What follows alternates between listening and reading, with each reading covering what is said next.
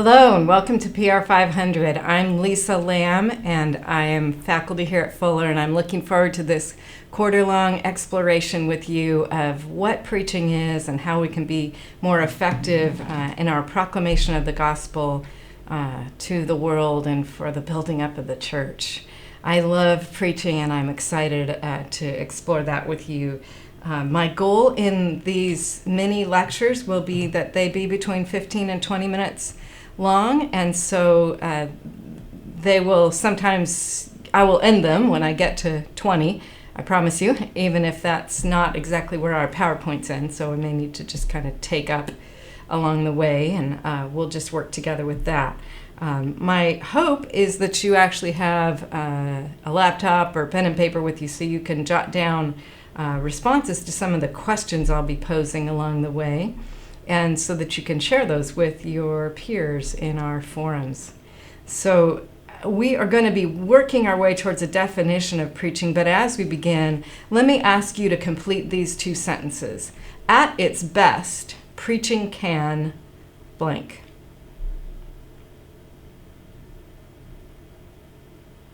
Hope you came up with some good things that preaching can do in the hearts and lives of our listeners, and even in us as we preach. At its worst, preaching can.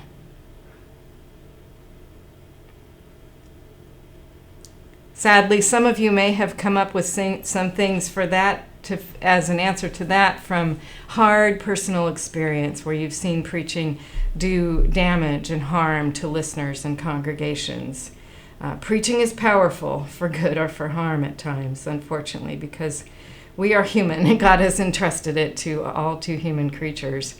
But I want to talk now as we begin to think about what preaching is by asserting that how a preaching, helping us to distinguish how is a sermon different than a TED Talk. I will say right up front that I'm not saying that because I want to create an enemy out of TED. I actually love TED. I really enjoy listening to TED Talks and to other podcasts and creative communication modes that are going on today.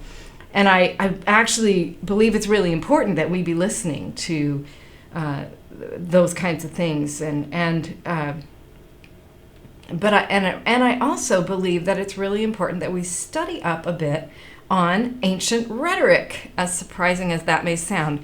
That's because ancient rhetoric was the TED equivalent for the early church. And it was overly reviled, I believe, by the early church until it was overly embraced by the High Middle Ages church. And so I want you to know about this debate within church history for a few reasons. One, because it continues today in different forms in this ongoing question of how do we use the tools of the world to build the kingdom, or do we do that at all? I personally believe that crafting rhetoric well continues to be important for preaching, despite the very conversational styles which are popular today. I believe that many of them actually are a way of crafting language well. Attending to rhetoric is a way of honoring language, and God works through words. And finally, I hope that it will sharpen our theology of preaching to hold up rhetoric as a background and see how it contrasts with preaching. And so as we begin, before we get to rhetoric, let me just warm things up by posing a few of the theological questions the church has asked throughout history about the nature of preaching.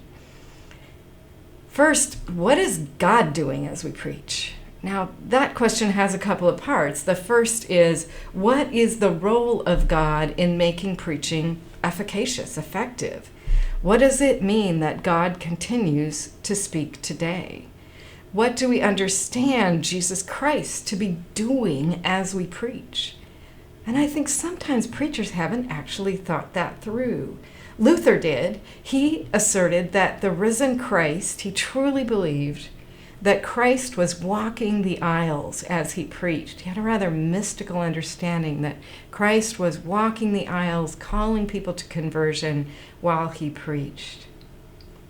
How would that change your preaching if you deeply believed that the Holy Spirit was really at work to heal, to comfort, to convert, even while we are preaching. And the second part of that question of what is God doing when we preach is, why did God give preaching to the church and to the world? It's a rather inefficient means in some ways, and we've seen it. In some of our worshiping communities, we've kind of lost our nerve as to whether it's still even effective today. So we need to go back and continue to ask, why preaching? What does God intend to accomplish or do through preaching? Do we really believe that God can use preaching to help someone to believe, bring a person to faith, save, heal, comfort, equip the body for battle and for service? And then as we think about what preaching is, we inevitably we come up against our doctrine of Scripture and what is the word's power? What is our theology of how words should be exposited, how central it needs to be in a sermon, all of those questions. When we think about a theology of preaching, we have to ask, what is the power that lies in the hands of listeners to receive, to reject, to enact the word preached? How do we understand listeners? Are they the object of our preaching, the passive recipients of it? Or are they active meaning makers, participants with us in a dialogical process? I know that the African American church tradition has a highly collaborative understanding of preaching, and there's often a lot of call and response in preaching, and come on, all right, is sometimes shouted. And I was amused recently to be at a multi-site church where a woman was shouting, come on, to the preacher during the sermon, but it was a screen. And I had to ask the question, how is technology changing the nature of how collaborative preaching can be today? So those are some of that's another complication of that question in our churches today. And finally, what power resides in us as preachers? Our calling, our gifting, our holiness, our skill, our talent. Will God continue to bless a disobedient preacher? Can God convert through an incompetent preacher? Thanks be to God and His abundant grace. The answer is yes. But we still seek and pursue excellence, don't we? So as we home in on this question of what kind of endeavor is preaching, throughout history, we have seen this tendency to look at preaching through an exclusively highly theological framework or lens.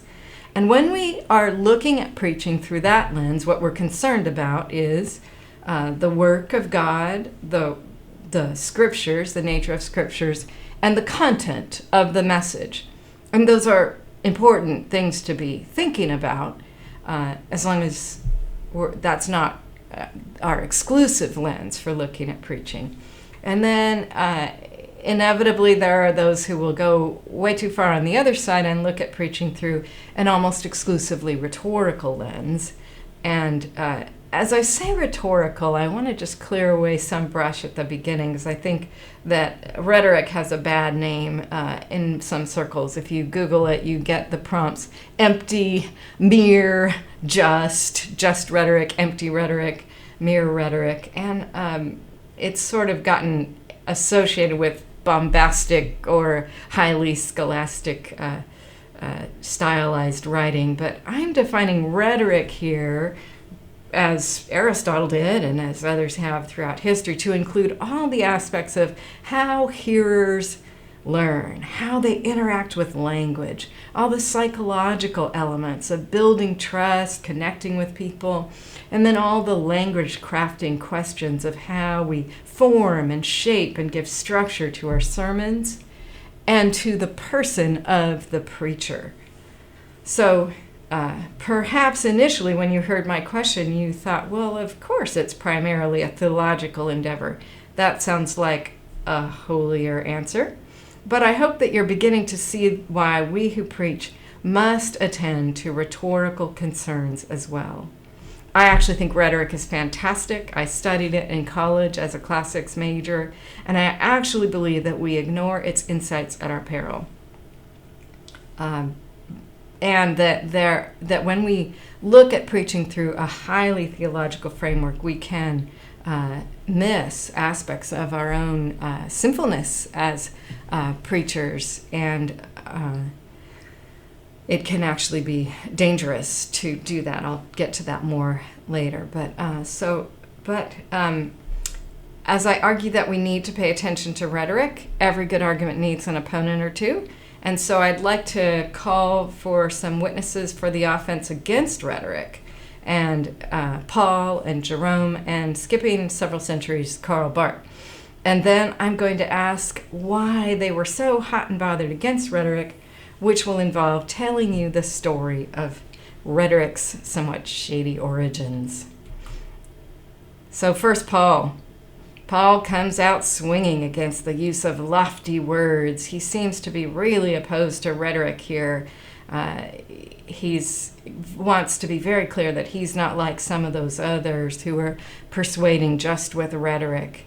Interesting, though, of course, is that Paul is a brilliant rhetorician, almost a poet in places like 1 Corinthians 13, and in his use of classical rhetorical forms, such as a polemical speech in 1 Corinthians 15. But you see in some of these verses here that Paul is clearly opposed. He seems to be.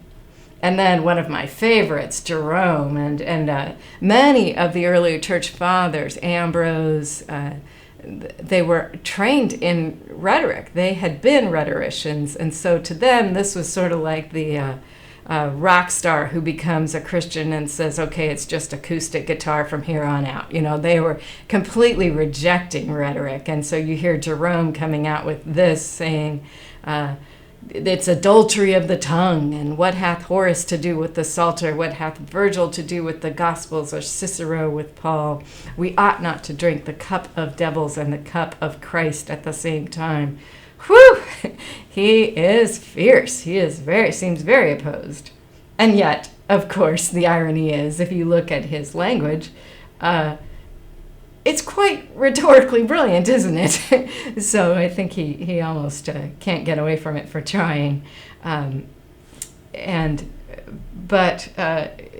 from Ambrose to Augustine, they had all these early church teachers had seen the power of rhetoric to seduce crowds, to twist facts, to manipulate people. And in this election season, we've seen plenty of that as well, haven't we? Augustine was actually the first to just simply say, rhetoric is a neutral tool. It can be used for harm, it can be used for great good. And so early on, like those other rock stars, he rejected his rhetoric profession, saying that it had simply trained him to be a peddler of words. But later, he as a bishop became concerned that his preachers weren't preaching so well. And so he wrote the first preaching textbook, if you will, on Christian doctrine. Is De Doctrina Christiana is sometimes translated on Christian doctrine, but it's actually in some ways on the teaching of Christianity, and it was in many ways a preaching manual. He wanted to see preachers be both eloquent and wise. He wanted them to teach, but also to delight and persuade. That was the trio of goals that rhetoricians, that Cicero put forward: to teach, to delight, and to persuade. And the overarching goal, of course, was to form Christ's image in those who hear. But as he says in this quote, we don't want to stand unharmed if others are suiting up. They're well disposed, they're making their audiences attentive and well disposed, but we're ignorant of the techniques they're using. And so they utter lies concisely and clearly, and we state truth in ways that are boring, frankly, and muddled, not clear, and not pleasant to believe. He says, we need to step up our game here a little bit, folks, as he is writing to preachers, probably mostly guys at that point. And he is saying, let's work on this. One of his biggest convictions, though, was that the best way to develop one's rhetorical abilities was not through listening to reading rhetoric manuals, but through listening to other good preachers and through reading the Bible. He saw the Bible as rhetorically brilliant. The last witness I'll call is Karl Barth. Painting with a broad brush, the church maintained a relatively happy partnership with rhetoric over the centuries. And as I hinted at the beginning, I think they kind of overbought into it at points during the church's history and composed highly stylized sermons in the High Middle Ages, the scholastic period, and were too concerned with impressing each other in highly educated England at times and along the course of church history. But it was a pretty happy partnership overall. But then we hear Karl Barth storming onto the scene in the 1930s. And Barth's goal was to exalt God as the speaker of preaching. So let's get rid of this overly rhetorical lens that he saw infecting Germany. So he said, preaching is not a forum for human ideas or thoughts or reflections. Remember, this is a time when the German churches were actually being told what to preach, being given whole written sermons by the state church. They were being co-opted by the fascist regime that was becoming the Nazi movement. And so Barth said, no, in preaching, God alone must speak. I love Barth, and I love his courageous crusade that he was on, but I think that in choosing an exclusively theological lens, unfortunately, the preacher kind of disappeared, as you see in this quote on the screen, which has problems, I think. Long term, it has a very low view of the incarnation. And so we will wrestle with Barth and with that highly theological lens along the way. But as we try to understand what Jerome, what even Paul, and then later what Barth, what were they so riled up about? Why were they distrustful of rhetoric? I want to take a few moments to tell you the story of how rhetoric began. And that may help you see why there was some suspicion of it. And then I hope to convince you that despite its shady origins, it developed into a discipline that has great insights for us today. So we will conclude this portion for now, and we'll take up rhetoric and continue our consideration of theology in segment number 2.